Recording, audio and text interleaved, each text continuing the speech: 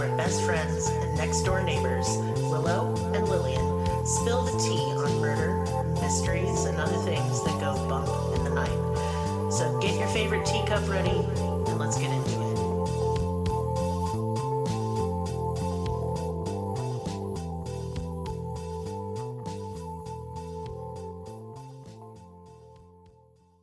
Welcome to Cruelty Podcast. This is Lillian, and with me is Maris. Hello. On a non-Maris Monday, because Willow had to work. Oh, dang it. I thought it was Monday already. Like No. Garfield, you know? It's time for crime. Oh, Sorry about it. is it true crime or false crime? Well, this is a bit of both. Oh, dang. Yeah, so we're kind of continuing the theme of last month, and we started it with stalking, and then we went to catfishing, and this month is about double lives. In these cases, either the killer or the victim will have led some kind of double life, and today it's the killer whose lies caught up to him. This is the case of Brett Ryan, the Crossbow killer. Oh, okay. So he's like medieval or something. No, the answer is very boring, but we'll get to it. We'll get okay. to the mystery. All right. Trigger warnings for this case are just discussions of mental health. I'm not going to trigger warning for murder because it's stupid. It's a murder show, I'm pretty sure. It is a murder show. Okay, yeah. So know that there is, I don't get into the gore, but there would be some if I did. Yeah, we don't want that I don't want here. to do it. So let's get right into it. Brett Ryan was born on December 30th, 1980, like another absolute psycho that I know. Oh. Now, if you're a birthday teabag and Uh-huh. you're listening and that's your birthday, I'm sorry about it. you're not who I'm talking Happy about. birthday to you also. You're a baby cake and you're a perfect sweet angel baby. Yeah, teabag. He was born to parents Susan and William Ryan and grew up in Scarborough, Canada, which is in Toronto. I guess. I don't know or understand geography, and I don't know where anything is. It's just up Toronto? Yeah, it's north Canada. with the maple syrup. It's not Toledo, that's Ohio. I just don't know where anything is. Look, I grew up in Oklahoma, Uh-huh. and their education system is bad. Yeah. Brett had 3 brothers, 2 older, 1 younger. Brett had a decent upbringing and normal childhood. His father, William, who went by Bill, just like my dumb dad, was an introverted, quiet man. Bill was the... Unlike your dad. I don't know how to describe your dad. I would describe him as introverted, but not quiet. Yeah. He's a weird guy. I don't know how to put it. He's a weird dude. Yeah. I think it's the tism. Yeah. Bill was a budgeting manager of the Toronto Star newspaper and taught fitness at a local community center. He was into living a healthy lifestyle, which sounds a lot like my dad, actually. Oh, boring. What a boring dude. Oh, God. Living with someone who is a fitness nut is draining from experience. Luckily, I'm not. Just leave me to my pizza in peace. Look, I have a body that was built for pleasure and indulgence, okay? Pizza nut. That's what I am. Yeah, I want to sit here, eat stuff, get banged, and sleep. I don't want to do anything else. Big cats. I am just a big cat. Leave me alone. Meow, meow. It's me. Brett's mother, Susan, was a stay-at-home mom. She was known to be outgoing and bubbly, but stern and very strict. This won't come to bite her in the ass later at all. She was into gardening and keeping her house very nice. She was also super into baseball, which is a red flag. That's a big red flag. Yeah. Everybody who's into baseball is weird. If you're listening and you're into baseball, fucking explain it to me. You're collecting cards, you nerd. Come into the Discord and tell me why you like the most boring sport in the world. Pajamas and they hit a little ball. And you get one around. Triangle, you get to go around. Come at me, baseball nerd. Well, look, no, I really do want to explain to me. I've been to college basketball games, and those are rad. They're very exciting, very fun. I don't like the squeaking. Oh, God. It's the most autistic thing anyone's ever said. They're squeaking across the courtyard. I don't like it. Fuck off. Oh, my God, Maris. Anyway, so baseball. Each their own. Baseball. Whatever. She liked it, weirdo. Okay. Brett's older brother, Chris, worked as a fare collector for a transit system and was known to be shy and introverted like his dad, but around friends he was goofy and outgoing, kind of a class clowny type of dude. Leland was Brett's other older brother who was into music and art. He played the drums and guitar and was a photographer. He studied photography in college. AJ, the youngest sibling, was the gifted child and went to school for gifted children. He was shy and introverted as well, and he was said to be sweet and charming. Whole family of nerds. Indeed. Brett himself was often described as outgoing, generous, and funny. He graduated high school the same year I would have had I graduated, 1997. After high school, he enrolled into the University of Toronto, but immediately started to struggle. School was overwhelming, and I get that. It was overwhelming for me, too. Trying to balance becoming an adult with a heavy course load just did my head in. Yeah, it's hard to do college and school. An adult. No. I couldn't. I had a hard time also. I so admire people who can, but I fucking can't. What is the secret? Cocaine? Hey, sorry about that. My tablet and my phone are connected, and while my phone is on silent, my tablet isn't, and I got a call. Yeah, and I don't answer the phone. That's wrong.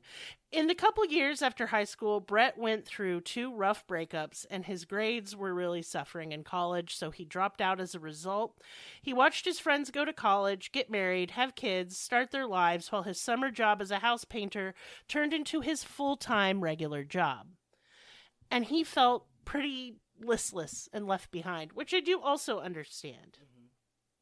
In addition to the breakups and dropping out of school, Brett was in some serious debt to the tune of $60,000.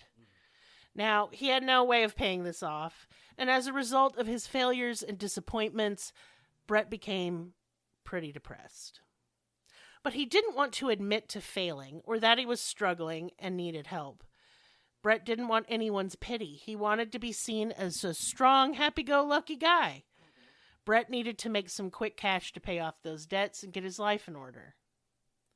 On October 20th, 2007, Brett decided the best way to go about getting out of debt, no matter what, was robbing a bank. Brett's not very bright. Not a bright You Brett. say that, but he is, and I'll get into that later. Okay. So he robbed a bank. He went to a bank called the CIBC Bank, which was approximately 8 minutes away from where he was living, which was also stupid. He disguised himself by wrapping his face in bandages and put his left arm in a sling. He limped into the bank carrying a huge stack of papers as part of his disguise.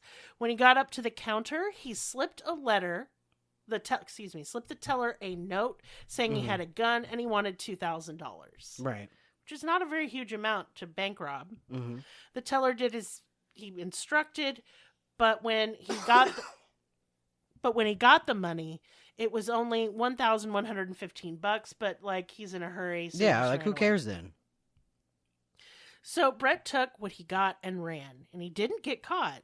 So now Brett was addicted to this shit. The rush of getting away with robbing that bank only encouraged him to do more bank robberies, and over the next 8 months, Brett robbed a total of 12 banks in the area. The highest amount he stole at once was $28,000 Canadian, and I don't know how much that is. For 28, it's a little like I think it's like half. I think their money's worth more than our money. No, I don't think so. I don't thought it was the other way fucking around. know. Oh yeah, well I don't know. Okay, it's fine. It doesn't matter. He paid in maple syrup. Yes. Yeah. It was a sticky situation. Whoa. For 2 of the 12 robberies, he used the same bandage limping disguise. For the rest, he had a more sophisticated disguise. He wore a high-quality glue-on beard, a bucket hat, sunglasses, and a plaid shirt, and he limped, and it made him look like an elderly man. He was dubbed the Bearded Bandit by the press. Because Brett had no prior criminal record, his fingerprints were not on any police database in Canada, and as a result, the fingerprints collected at the scene of the robberies didn't yield any results for investigators. And because the robberies were taking place all in one sort of small area, police started stationing up to 25 officers at banks around town, hoping to nab the Bearded Bandit, but they didn't. Because the vibes were off. Because you know what undercover cops do? They stick out like a sore fucking thumb. They really do. It's like, hello, fellow kids. I'm not a police officer. I would like to buy some narcotics. Or What would perhaps work on a me? prostitute. Oh, yeah. Maris. What? Then investigators pulled CCTV footage that showed the parking lot of one of the banks he robbed, and they saw him get into a truck, which they were able to trace back to his house. And then they kept him under surveillance for 2 weeks until Brett tried to attempt his last robbery on June 20th, 2008. Mm-hmm. He limped into the bank wearing his beardy disguise, and clearly his vibes were saying, man, this is not good. The vibes are off. And so he turned right back around into the arms of the police. And he was arrested. Good. He was in jail for 7 months awaiting trial. All of his friends and family wrote into the judge of his case vouching for him. They told the judge that Brett was a solid guy. He volunteered and took care of sick kids and shit. He was generous and kind. Friends said that he must have been really desperate to do this. Brett would go on to say that, I'm relieved I got caught. Said no one ever. In January of 2009, he pled guilty to 8 counts of robbery and 8 counts of wearing a disguise with the intent of committing a crime. I didn't know there was a crime. Now I do. Mm-hmm. He was sentenced to 5 years with time served. While in jail, Brett was given a psych eval that said he had no predilection towards aggression or violence. That would be wrong. He didn't have any mental illnesses. Don't believe that either. He wasn't an addict and didn't have a personality disorder. But he had a history of depression, and it ran in his family. Brett was given day parole in April of 2010 due to not being an immediate danger to society. Disagree. Mm-hmm. Day parole allowed him to work part-time at a Swiss chalet in downtown Toronto. I don't know what that is. And I didn't look it up. Mm-mm. I guess a hotel. Yeah, that makes sense. You know, like a little cottagey kind of Chateau. place. Chateau-y, but chalet-y. Whatever that fucking means. Mm-hmm. Co-workers said that Brett was a great employee who was kind and engaged positively with customers. They all said he seemed well-adjusted, but he did confide in at least one co-worker about his depression, which I think is just his way of getting out of shit, but we'll get more into that. In November of 2010, Brett was granted parole and got out of prison. Part of the conditions of his parole was that he had to go to therapy and to report any romantic relationships that he started to his parole officer. I find this a strange little detail. Bank robbery and romance typically don't go together. Not usually. But perhaps they were disturbed by Brett fundamentally. Yeah, maybe were they worried about him assaulting somebody? So from what I can research, it seemed that they identified a previous breakup as contributing to what caused him to rob banks. Okay. As if him deciding to rob banks for easy money had anything to do with mental health. I'm sure it did a little, but I've been broke and depressed plenty, and I've never even thought about robbing a bank. It seems like a thin excuse. It's a weird connection, and I feel like maybe how is it even lawful? It doesn't make any sense. It seems really stupid to me, too. It just seems like a thin excuse the friendly and handsome white man got to use because he had a life of promise ahead of him. If he were a person of color, trust that they would not have gone this easy on him or accepted his depression as any sort of excuse. So I'm just treating him like the world treats a brown man. Mm-hmm. Depression doesn't mean you can rob banks and shut all the way the fuck up about blaming the ex-girlfriend. Jesus fucking Christ. Right. Okay, yeah, it's just all weird. Now, I think what they're trying to say is that him breaking up, he had such an adverse reaction to such an event, it caused him to be freaking crazy. Go ding-dong on us. And I think that is fair. But then why is he out of jail if he's dangerous? I don't know anything. Yeah. Okay? I'm just saying. Once out of prison, Brett's financial problems hadn't immediately disappeared overnight as he would have hoped, forcing him to file bankruptcy. Finding a job as a convicted felon who robbed banks was difficult. Duh. All the same, he wanted to turn his life around, supposedly. I don't believe that for a second. I mean, maybe because that time period, I know that Reagan shut down all the mental hospitals. Maybe that's why I don't know. I mean, this is the early 2000s, so we're past that. Okay, we're past that, okay. Yeah. He's not acting psychotic. I was just stuck on it. I was like, that makes no sense, you know? Oh, I know. I'm a bit stuck on it as well. I understand. We'll talk at the end. Yeah. Brett worked retail jobs and got help financially from his parents, who were probably already so sick of his shit. Mm-hmm. Can you imagine? He re-enrolled in the University of Toronto to get his biophysics degree. And that just strikes me as histrionic and unrealistic as fuck. Mm-hmm. That'd be like me going back to college at 45 to become a rocket scientist. Well, I mean, could I? Things. I mean, why not? Sure. Absolutely, I could. I'm very smart. Right. But should I, at this stage in the game? No. No. Sorry, allergies here. Yeah, bad, y'all. sorry. I've just been trying to hold back a cough this entire Well, episode. there's some Diet Coke in front of you. You should take a Oh, swig of yeah. it. I didn't want to make any more noises because I feel like we've been making a lot of noises this episode. Yeah, well, allergies here are like because we have like winds from the Sahara or something. Yo, it was straight up. It looked foggy outside. Yeah, and like my eyes are burning and like my throat's itchy. So if we make sounds, then Sorry about it. Like, it's just. And I would love to go through and edit every sound out of this podcast, but we need more patrons for that shit because I don't have the time. So anyway, yeah, he worked retail jobs, got help from his parents, university, blah, blah, blah. Why wouldn't I go back to be a rocket scientist? Because I'm at the point in my life I have to think about retirement, not starting shit. Yeah, I mean... And I mean, he's in his, like, 30s at this point, and it just seems histrionic and unrealistic to me. I'm not gonna... people can go back to school later in life. I mean, I think that's fine. It's fine to better yourself at any time in your life, but to me, like, given the pattern of the way that he is, he's setting himself up for failure. For sure, yeah. He mentally can't handle it. You have to be realistic when you're starting your life over, which I've had to do several times, by the way. So have you. Oh, yeah. I mean, you just can't start it over. Like, I'm going to be a scientist at 40. No, you're not. Yeah. That's me drinking again, so I don't cough into the microphone. Oh, yeah, like I said, I've been trying to... I held one back this entire episode. I've been hurting. I bet it was hurting me, yeah. Yeah, it's just how it is. And to me, it's clear that Brett is putting himself right back into the situation that made him snap in the first place. Mm-hmm. Brett continued his therapy. His therapist advised him that he had to start being more open and honest with his friends and family to avoid placing himself into another state of depressed overwhelm. Did Brett take this advice? Mm-mm. Fucking no! Nope. In September of 2011, this makes me mad. In September of 2011, one of Brett's friends set him up on a blind date with a beautiful young woman named Kristen Baker. Now, I don't know about y'all, but I don't think he should have been dating at all. I think, like, it was less the financial stress and the stress of school and way more that he can't handle romantic relationships without being unhinged. Well, I mean, nobody takes that advice, though. He's going to date this lady, right? And it's going to be How many bad. times have I told people stop dating? Oh. Just fucking don't. Yeah. And then do they listen? Uh-uh. No, they don't. So it goes bad with this lady, right? Well, a breakup with someone shouldn't make you rob banks. That's not a normal response. You cry, you eat too much ice cream, and you revenge bang his friends.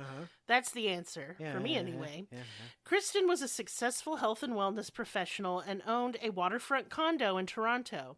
She deserved better than this train wreck of a man. After their blind date, they started a romantic relationship. God, she could have done better. Wish I could go shake her. From the outside, Brett looked successful. He looked like he'd gotten his life in order. Kristen knew about his past, but was, like the rest of his friends and family, convinced he'd turned over a new leaf and gotten his shit together. In January of 2013, Brett moved into Kristen's condo. Now, Brett's living it up. The couple traveled a lot. They seemed to be really living the dream, honestly. A year later, Bill, Brett's father, unfortunately passed away. And you may say, oh no, this will spiral him. No, it won't. No. So what happened is that Brett's mother, then, because she's now an elderly woman, needed help around the house. And she would pay him for doing odd jobs. So that's what he did. That's literally all he did. That was his job. Fixing shit at his mom's house, and she gave him a check. And you may say, well, get out there, Brett. His conviction made it really hard. Right, that makes sense, yeah. And I do feel bad about him for that. Like, I do think there should be better resources for felons. Right. Because, like, you did the crime, but you did your time. And now you're still paying for it, yeah. But you're going to pay for it still? It seems unfair to me, but it whatever. It is, yeah. By 2015, Brett had dropped out of school again. This time, however, he kept this little tidbit to himself. He especially kept it from Kristen, and she believed he went to school every week. In early 2016, Brett scored a job at a tech firm in Toronto that paid very well and was a challenge, and he was really looking forward to it. Right. It looked like he was finally making something of himself, and his troubled past was entirely behind him, but it wouldn't last. He didn't even get to work there one day. They found out his history of robbing 12 banks, and they rescinded the job offer. Brett didn't tell anyone in his life that this happened. He just let everyone think he had this job and was going to it every day. His pride, once again, wouldn't let him tell the truth, as his therapist said he should. And was it fair of the tech company? Yes! Right. They're dealing with sensitive information. Mm-hmm. Yeah. I don't want a bank robber to work for me. No, that's a very bad idea. That's, they thought of a stupid analogy, and I'm glad I didn't say it. Well, now you have to. I was like, that's putting a cat in a mouse store, and I was like, what is that? A cat in a mouse store? I thought, what is that? Well, it's certainly not anything. No. Oh, honey. Yeah. Sweet baby pie. Yeah. Kristen, Yeah. he also told his girlfriend, who becomes his fiance later, that he was working from home, and she's like totally believes him. They were planning their wedding for September 16th, 2016. They picked a venue. He planned his bachelor trip for a ski resort in Quebec. They had hired a realtor because they wanted to get a bigger house. All hinging on that he had this amazing job he did not have.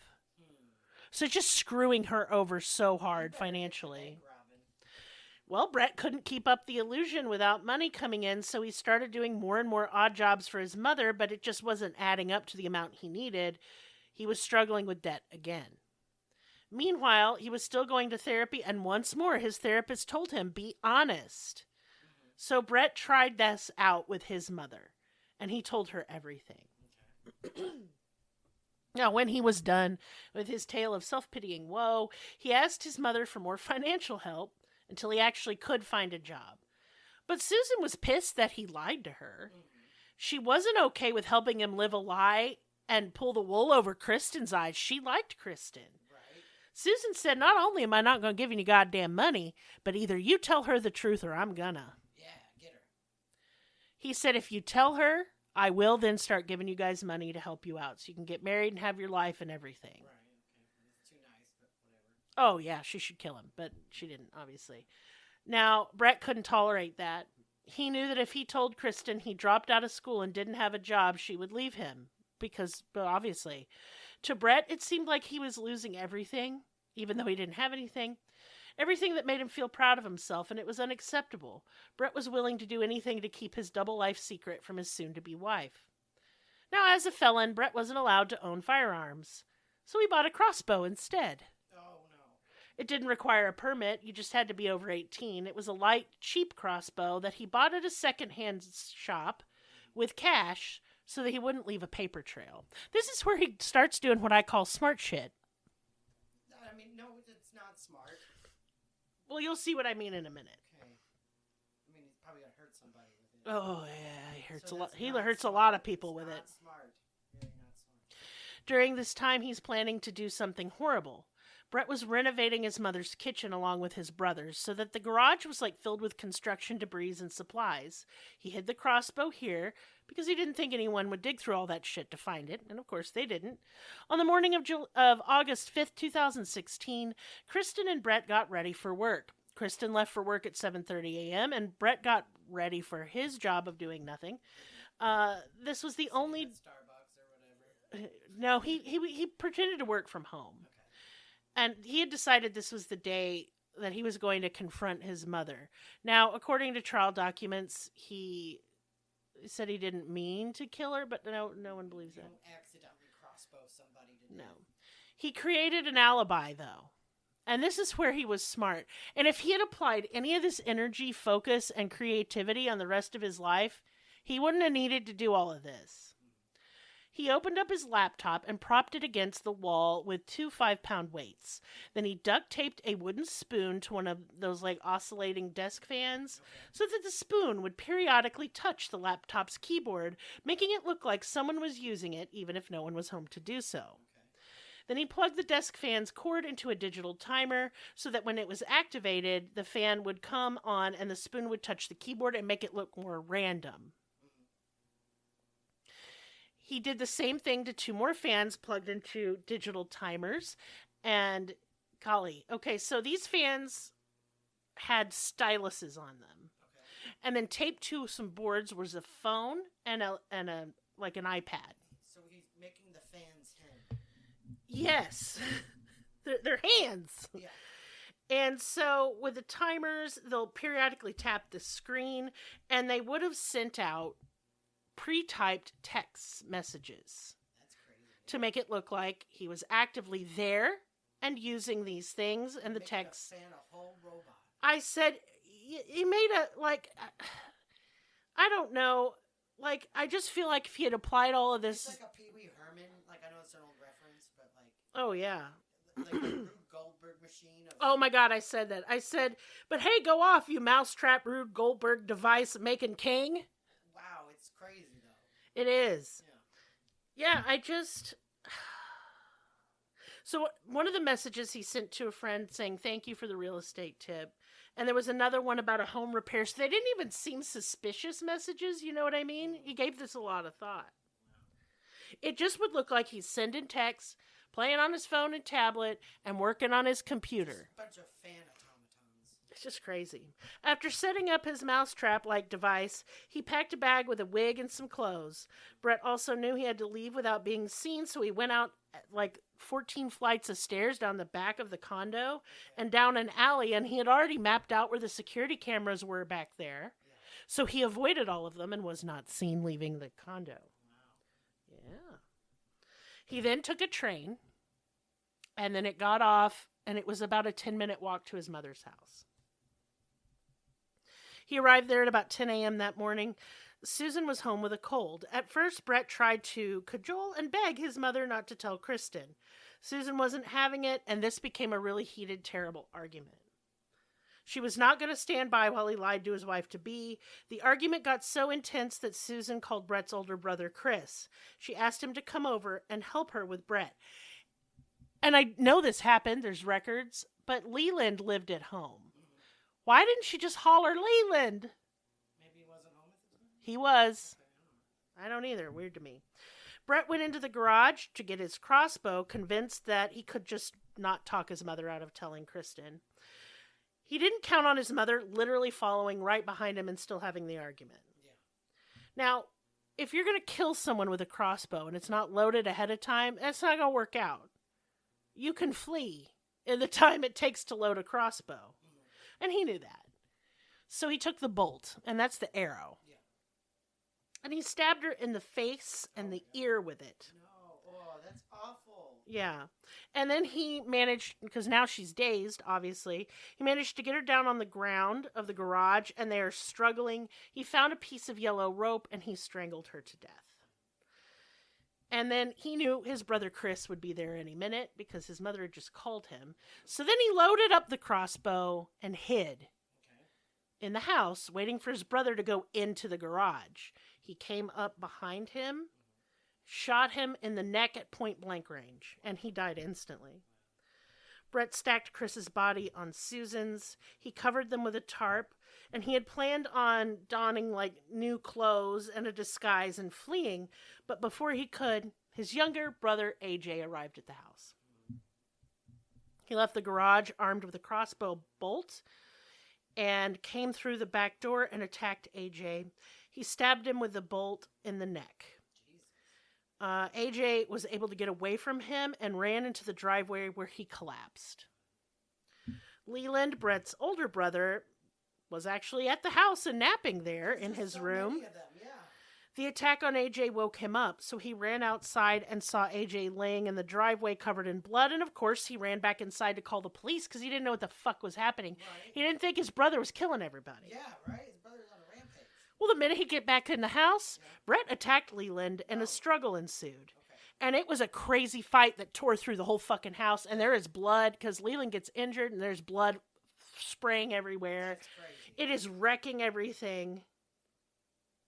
And as the two men are struggling, AJ crawled to the end of the driveway. Leland was then able to get away from Brett, and he ran across the street to call for help from a neighbor. Yeah. Leland then collapsed and lost consciousness. Brett had tried to chase after Leland, but once his brother was knocking on the neighbor's door, he knew it was a lost cause. He ran back to the house, grabbed a bottle of water, sat down on the stoop, and just waited for the cops. What a freaking psycho. Well, just all of this for nothing. Yeah, right? It just makes me sick. Anyway, Brett did not put up a fight when arrested and confessed to the killings, and AJ unfortunately passed away as paramedics got there. The only one to survive that attack was Leland. Investigators went to the condo Brett shared with Kristen to make sure she was okay. She wasn't even home. And they found the Mousetrap Rube Goldberg fans. Yeah. And they thought it was a fucking bomb because, like, they just didn't understand what they were looking at. Yeah, this has not been done before. But during the trial, they said if Brett had not gotten surprised by his younger brother or even Chris, he'd have gotten away with it. He said because it would have worked. That's what's so infuriating. Like, you can take your talents for whatever the fuck that is and turn it into something instead of, like, think more creatively. Why is it just robbing and murdering? Yeah. Brett was charged with a second-degree murder of his mother, which I intensely disagree with. Given that he set up the alibi ahead of time, hid the crossbow ahead of time, how do you mean to tell me that was not premeditated? Now, he said he went over there with the intention of scaring his mom, but again, the alibi ahead of time completely obliterates that. And I'm really annoyed the prosecutor accepted this deal. Whatever. Well, I mean, that's part of what we talk about in true crime. We got to get stirred up about it. Corrupt, though, is like, I just don't even know where to begin. I'm sure it was some sort of deal, you know? It was, because he pled guilty to that. Yeah. He pled guilty to the first-degree murder of his brother Chris and the second-degree murder of AJ. He pled guilty to these charges in court. He blamed his depression, of course, Yeah, and he the said he person was that set up all those fans he and was super-duper sorry. He felt bad. he really thought of this really hard before he did it. Brett was sentenced to life with parole, possible in 25 years. That's not cool. But then he was also given an additional 2 life sentences, in addition to 10 years for the attempted murder of Leland, so he's never getting out, thank God. Crimes, too. He just loves crime. This is a crime-doing motherfucker. Crimiest man. The crimiest of men. Yeah. Okay, I'm going to rant a little bit. The judge in this case said that Brett was a good man caught up in a web of lies. Your Honor, I would like to object, because this man loves crimes.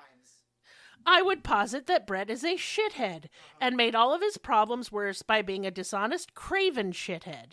Brett is a mid-white dude. Nothing of value was lost, and I'm so fucking tired of any narrative to the contrary on this case or any other like it. Feel bad for the victims. Empathize with the killer because it helps us know that there are no monsters, only monstrous human beings.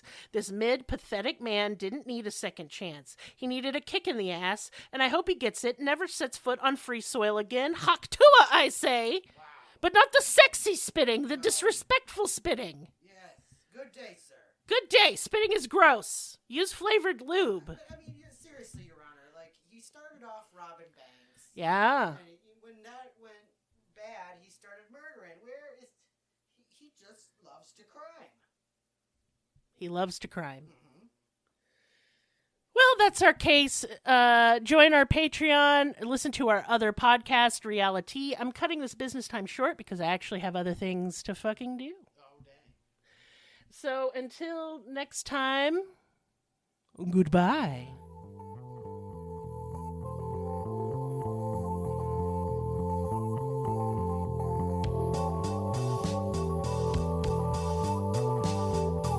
Us on your social media platform of choice. Linktree/cruelty has all of the links. Check out our Patreon for exclusive episodes, merch, ad-free episodes, live ghost hunts, and much more. Please be sure to subscribe. New episodes are uploaded weekly. Thank you so much. See you next time. Music and production by Libby.